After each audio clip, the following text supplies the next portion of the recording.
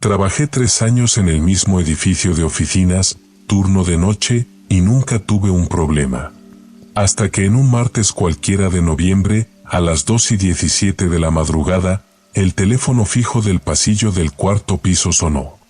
No había nadie en ese pasillo. El teléfono llevaba desconectado desde el año anterior. Lo sé porque yo mismo enredé el cable alrededor del auricular y lo metí en la sala de archivos. Eso fue hace 13 meses.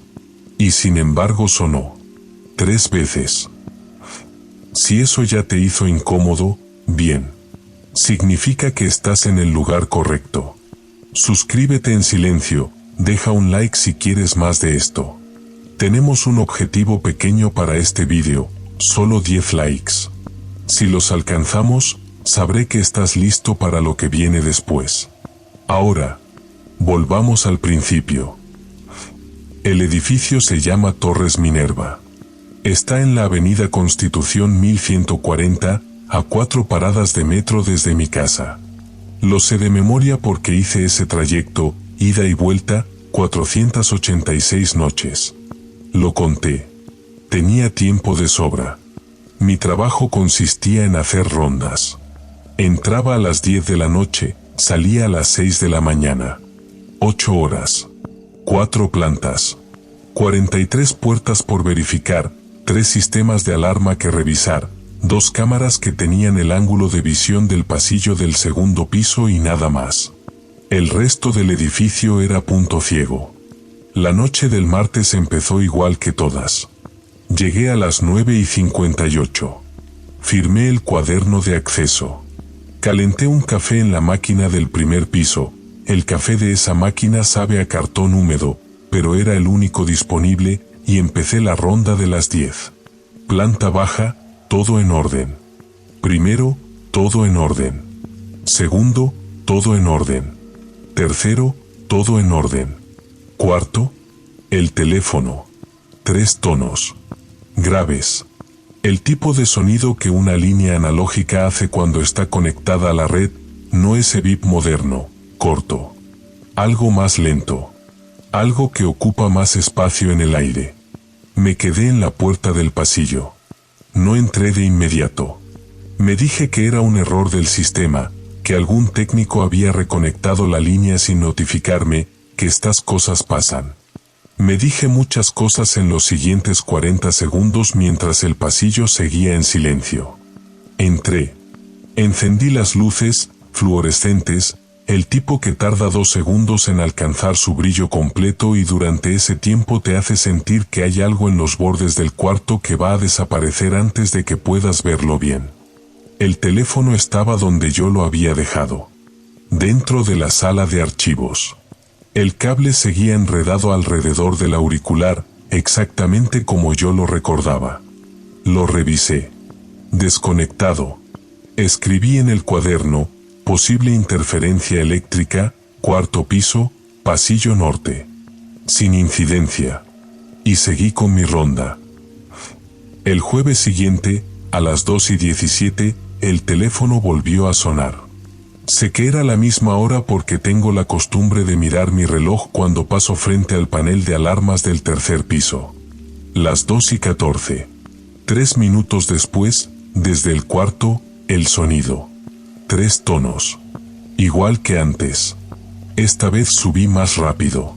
Me dije que quería atrapar el momento exacto, ver si el cable se había movido, si había alguna vibración en la pared que pudiera activar el auricular de alguna manera.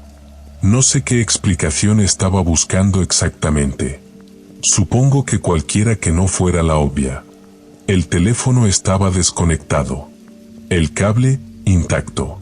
Me senté en la silla de la sala de archivos, la silla de plástico verde que tiene una pata más corta que las otras y hace un sonido molesto cuando te mueves, y estuve ahí unos minutos.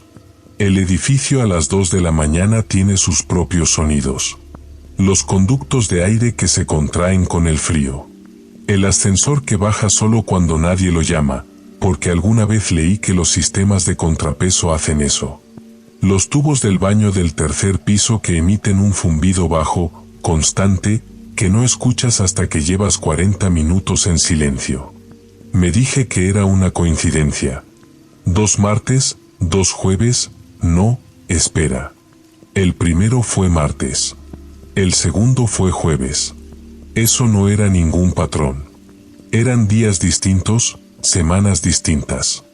Era yo buscando conexiones donde no las había porque era la 1 de la madrugada y llevaba 8 horas solo. Escribí en el cuaderno, segunda incidencia, teléfono 4º piso. Revisar si hay líneas activas en ese circuito. Sin incidencia.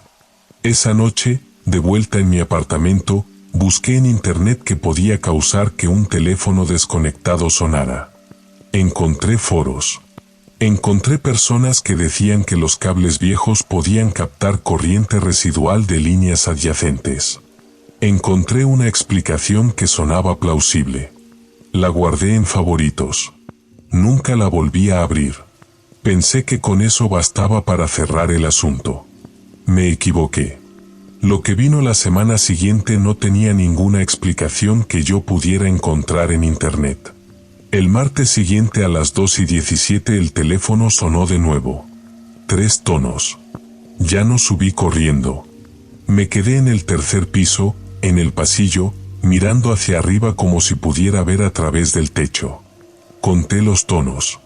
1, 2, 3. Silencio. Algo en mí no quería subir. No porque tuviera miedo exactamente. Era más como la sensación de que si subía iba a encontrar algo diferente esta vez. Que el cable ya no iba a estar enredado. O que el auricular iba a estar descolgado. O que iba a haber alguien sentado en esa silla de plástico verde con la pata corta, mirándome desde el fondo del pasillo. Subí. El teléfono estaba desconectado. El cable, intacto. La silla, vacía. Pero esta vez había algo diferente. Algo tan pequeño que casi no lo registré. El cuaderno de registro que yo dejaba siempre encima de la caja de archivos del rincón, el cuaderno donde anotaba las incidencias, estaba en el suelo. Boca abajo. A unos 30 centímetros de donde yo lo dejaba siempre. Me quedé mirándolo un momento. Luego lo recogí, lo abrí en la última página escrita, y lo puse de nuevo encima de la caja. En el lugar correcto. Podía haber caído solo. Los edificios se mueven. Las vibraciones del tráfico nocturno, los conductos de aire, cualquier cosa. Podía haber caído solo. Esa noche no lo escribí en el cuaderno de acceso de la planta baja. No sé por qué. Quizás porque no quería que pareciera que yo no tenía el control de lo que ocurría en ese edificio. Quizás porque ya empezaba a no estar seguro de qué había ocurrido exactamente. Empecé a llegar 5 minutos antes de las 10. Empecé a hacer la ronda del 4º piso 2 veces por turno, no una. No me lo explicaba a mí mismo como miedo. Me lo explicaba como profesionalismo. Hay una diferencia entre las dos cosas. O eso me decía entonces. No le conté nada a nadie durante las 2 semanas siguientes. No porque no tuviera a quien contárselo, tengo compañeros, tengo una hermana que vive en la misma ciudad, tengo a Marcos del turno de día con quien hablo a veces cuando nos cruzamos en el cambio de guardia. No lo conté porque cada vez que empezaba a construir la frase en mi cabeza, la frase sonaba ridícula. El teléfono desconectado del 4º piso suena todos los martes y jueves a las 2:17 de la madrugada y a veces el cuaderno cae al suelo. Suena ridículo. Lo sé perfectamente. Pero dejé de dormir bien. No era insomnio exactamente. Era más como que me despertaba a las 2:17 los martes y los jueves aunque estuviera en casa. Me despertaba con una claridad extraña, sin somnolencia, mirando el techo de mi cuarto, pensando en el edificio. Pensando en el 4º piso. Pensando en si el teléfono estaba sonando en ese momento sin que nadie lo oyera. Empecé a cometer errores pequeños en el trabajo. Olvidé verificar la puerta 31 una noche y tuve que volver sobre mis pasos. Otra noche firmé el cuaderno de acceso con la fecha del día anterior. Una mañana, de camino a casa, me bajé del metro en la parada equivocada, la parada donde vive mi hermana, que no es mi parada, y me quedé en el andén unos segundos sin entender por qué había hecho eso. Mi hermana me llamó esa semana. Le dije que estaba bien. Me preguntó si había dormido. Le dije que sí. Las dos cosas eran mentira. Lo que no me permitía admitir todavía era esto: el sonido del teléfono no era lo que me quitaba el sueño. Era la hora. Las 2:17. Exactamente la misma hora. No las 2:15, no las 2:20. Las 2:17, con una precisión que ninguna interferencia eléctrica, ninguna corriente residual, ninguna vibración de tráfico podía explicar. Los sistemas no tienen horario. Los sistemas fallan de manera aleatoria. Lo que tiene horario es una persona. Me dije que no estaba pensando en eso. Me dije muchas cosas en esas semanas.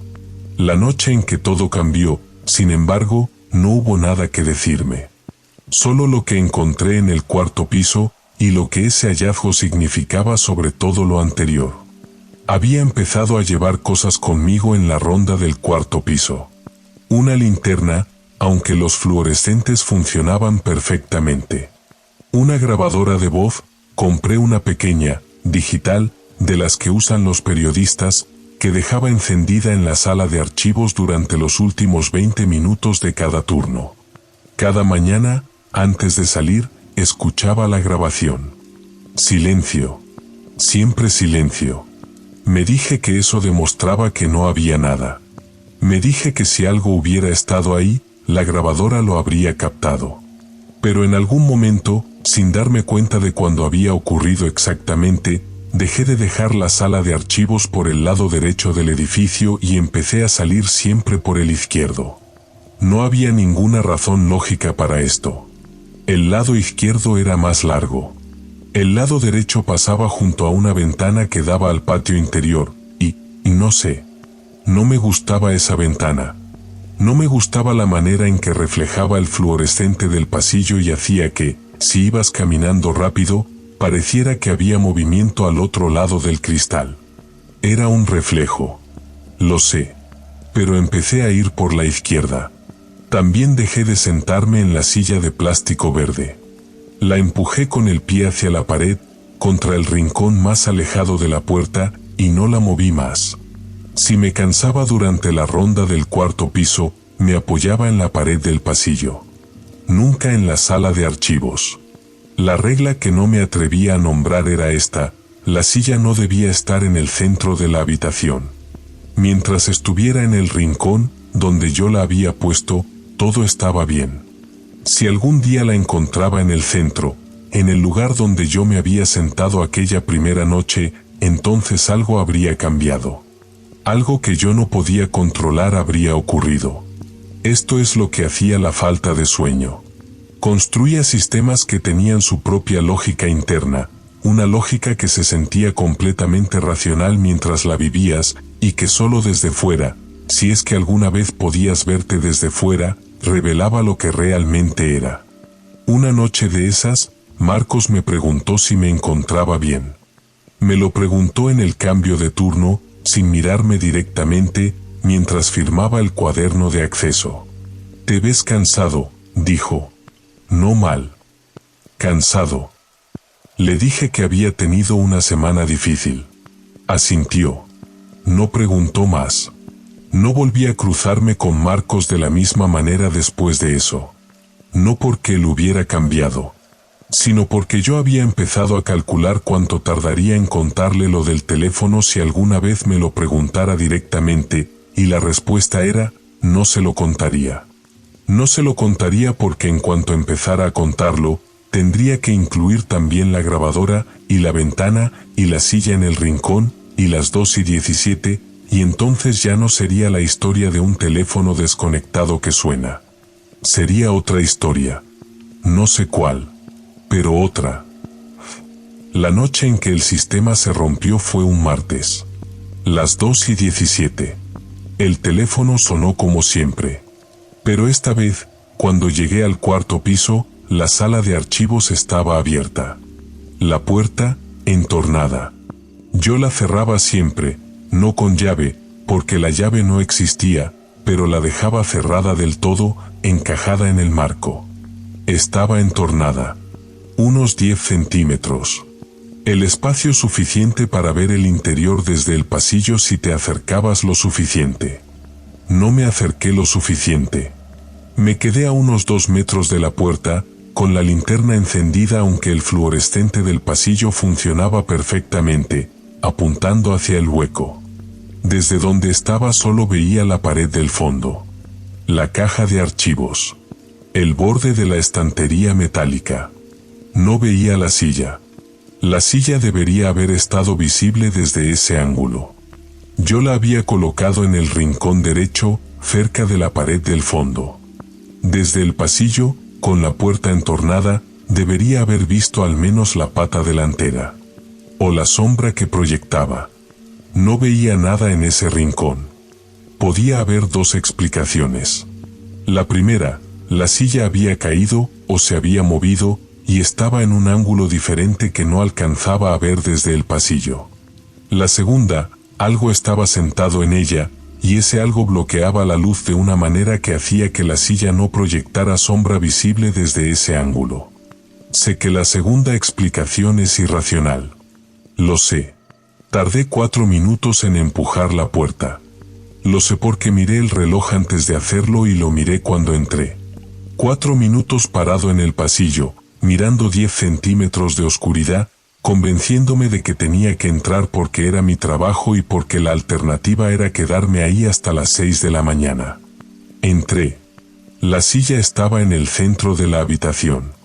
No en el rincón donde yo la había dejado. En el centro, exactamente donde yo había estado sentado la primera noche. Orientada hacia la puerta. Como si alguien hubiera estado sentado en ella mirando hacia el pasillo. Mirando hacia el lugar donde yo había estado parado 4 minutos.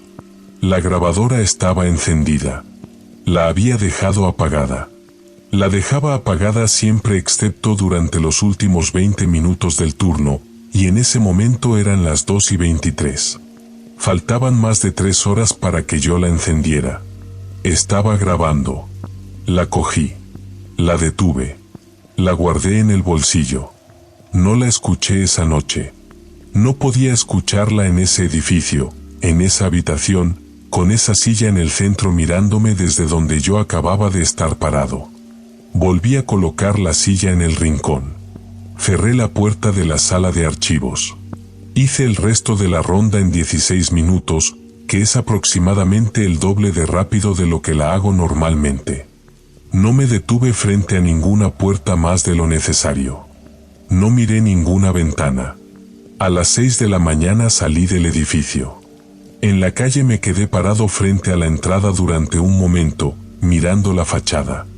Las ventanas del 4º piso estaban a oscuras. Tomé el metro. Me bajé en mi parada. Entré en mi apartamento. Entonces escuché la grabación. 16 minutos de silencio. 15 minutos y 42 segundos de silencio exactamente, para ser preciso, porque lo conté después. Y luego, en el segundo 43 del minuto 16, un sonido. No era el teléfono. Era alguien que decía mi nombre. Una vez. Con mi voz. Escuché la grabación 11 veces esa mañana. La 12ª vez ya no pude seguir escuchándola. No porque la voz hubiera cambiado, sino porque no había cambiado. Era exactamente mi voz. Cada vez. Pedí una semana de vacaciones. Me la dieron sin preguntas. Dormí 12 horas seguidas la primera noche, el tipo de sueño que no tiene sueños, que no tiene nada, que termina y no sabe si han pasado 2 horas o 2 días. Durante esa semana hice cosas normales. Fui al supermercado. Llamé a mi hermana. Vi una película que no recuerdo. Caminé por el barrio en horas en que había luz, que es algo que había dejado de hacer sin darme cuenta. En ningún momento pensé en borrar la grabación. Volví al trabajo. El edificio seguía siendo el mismo edificio. Los fluorescentes del 4º piso tardaban los mismos 2 segundos en alcanzar su brillo. El café de la máquina del primer piso seguía sabiendo a cartón húmedo. El cuaderno de acceso estaba en su sitio.